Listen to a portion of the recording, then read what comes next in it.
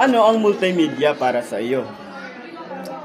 Ang multimedia para sa akin ay paggamit ng mga teknolohiya sa pag-aaral, sa pagtatrabaho at sa araw-araw na gawain ng mga tao. Ikaw bilang estudyante, nakakatulong ba sa iyo ang multimedia? Ako bilang estudyante, sa sarili kong karanasan, nakakatulong rin naman ang multimedia sa akin. Lalong-lalo na kapag mayroon akong dapat saliksikin.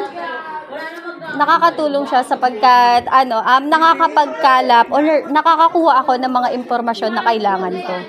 Para po sa inyo, ano ang multimedia? Para sa akin, ang multimedia ay ito yung halimbawa ng mga Facebook, mga Twitter, mga Instagram, YouTube na tayo bilang mga estudyante ay partikular na ginagamit natin bilang panglibangan. Meron din dito nakapaloob yung mga Google, yung mga pwede tayong magsaliksik o magsiyasat ng mga impormasyon na ginagamit natin sa ating pag-aaral o mga bagay na gusto nating malaman pa.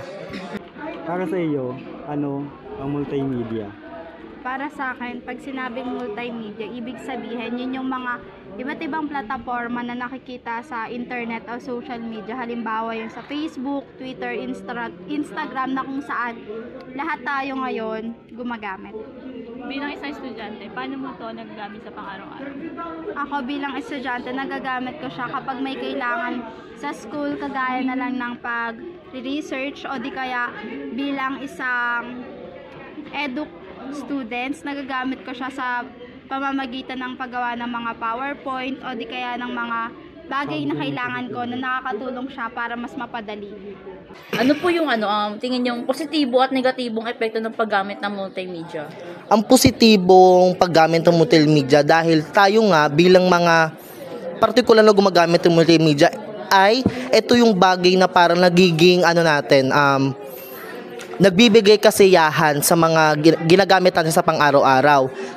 Ang naging positibo din ay malaki ang naitutulong niya sa atin bilang estudyante dahil nga sa panahon ngayon ay lahat naman tayo ay gumagamit na ng mga social media o multimedia. Pero ang negatibo ay marami sa atin na hindi alam pa ang paggamit ng multimedia. Dapat natuturo at dapat natutunan nila sa pang-araw-araw nila ang mga positibo at negatibo para pag nagamit na natin ang multimedia ay mas malayo pa o mas maalam pa yung mga kaalaman natin.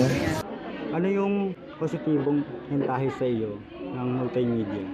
Para sa akin yung positibong epekto ng multimedia, nakakatulong siya para mapabilis yung trabaho or mas mabilis tayong makakuha ng mga information kasi 'di ba ngayon lahat tayo gumagamit ng internet, mabilis na lang yung access natin sa pagkuha ng iba't ibang information at detalye na magagamit din natin. Para sa iyo, ano naman ang negatibong epekto nito? Yung negatibong epekto ng multimedia ay marami dahil nga lahat tayo gumagamit nito, yung iba naaabuso na hindi na nila alam kung paano ba gamitin to ng tama o di kaya overuse na siya.